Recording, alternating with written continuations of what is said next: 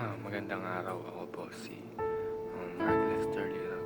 Ito po ang aking daily devotion ng Sola Scriptura, Scripture Alone, na tinalakay po ni Pastor Russell Ocampo sa 365 daily devotion. Ang Bible verse po ngayong araw ay galing sa Acts chapter 17 verse 11. Sabi po dito ay, "Now the Berean Jews were of more noble character than those in Thessalonica, for they received the message with great eagerness and examined the scriptures every day to see if what Paul said was true."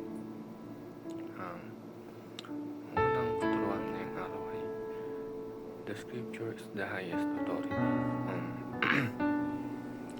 Ang Bible na ating binabasa ay ito na ang ating pinakamataas na authority, kasi ito yung katotohanan na sinulat ng Holy Spirit upang maging basehan ng ating pananampalataya sa buhay. At ito ang pinakamataas na authority natin kaysa sa mga preacher, priest, or bishops na nangangaral sa atin.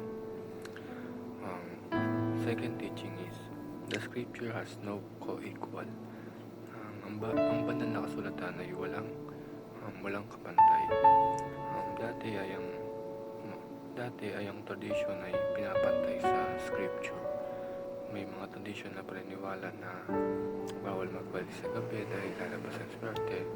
At meron din na pag may dumandaw na pusang itim ay may darating na malas. Pero tayo, ang scripture ang pinaka-highest authority natin, at dito lang tayo ang bumabase ng ating paniniwala, at lagi natin tandaan na walang kapantay ang Biblia dahil ito ang supreme authority natin. At huwag tayong maniniwala sa mga nagsasabi nila panaginipan nila, pero may nakita silang mga kilalang tao doon. Kasi yun po ay di natin paniniwalaan or pananampalatayaan dahil yun ay hindi nakikita sa Biblia. At kaya dapat ay lagi tayong nakabase sa Biblia sa lahat ng mga narinig natin about kay God. Ang third teaching is, the scripture is sufficient for salvation, Christian living, and knowing God and His will. Ang scripture ang tutulong sa atin upang malaman natin ang tungkol sa kaligtasan, paano mamuhay bilang tagasunod ni Jesus, at para malaman natin ang tungkol sa Diyos. At nakasulat lahat ito sa scripture or Biblia, kaya ang kailangan nating malaman about sa tatlong ito.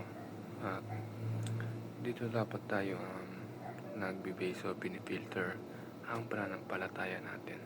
Ang realization ko sa devotion ngayon is dapat lagi tayong tumitingin sa scripture or Biblia about sa lahat ng mga naririnig natin or nakikita sa mga social media or sa mga ibang nagtuturo ng Biblia, upang ma-confirm natin na ito ay totoo, dahil ang scripture lamang ang ating supreme authority at wala nang iba, dahil walang papantay sa isinulat ng Holy Spirit. Yun lamang po.